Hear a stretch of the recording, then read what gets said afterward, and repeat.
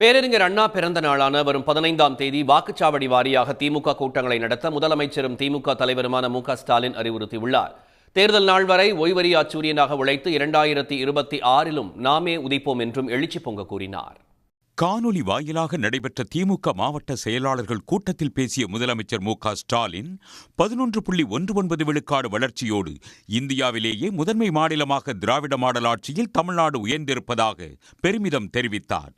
Germany, England பயணத்தை தொடங்குவதற்கு முன் ஹிட் அடிக்கும் என்று கூறியதைப் போலவே 15,516 கோடி ரூபாய் முதலீடுகளை பெற்று சூப்பர் ஹிட் அடித்துள்ளதாக கூறினார்.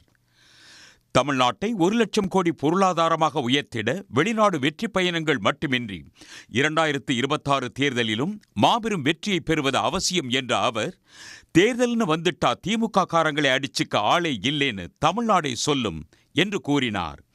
ஓரணியில் தமிழ்நாடு மூலம் 1 கோடிக்கும் அதிகமான குடும்பங்களை இயக்கத்தில் இணைத்துள்ளதாக பாராட்டிய அவர், தேர்தல் முடியும் வரை ஓய்வு என்ற சொல்லையே மறந்துவிடுமாறு கட்சியினரை கேட்டுக்கொண்டார்.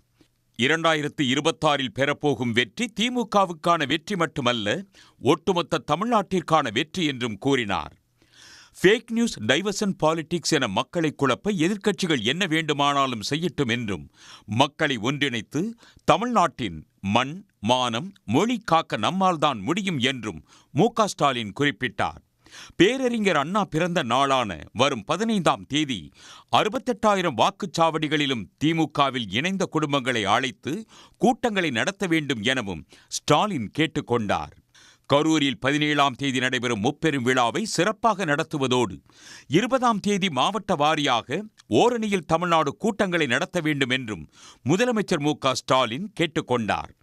தேர்தல் நாள் வரை பசி, தூக்கம் மறந்து ஓய்வறியா சூரியனாக உழைப்போம், 2026லும் நாமே உதிப்போம் என்றும் அவர் தெரிவித்தார்.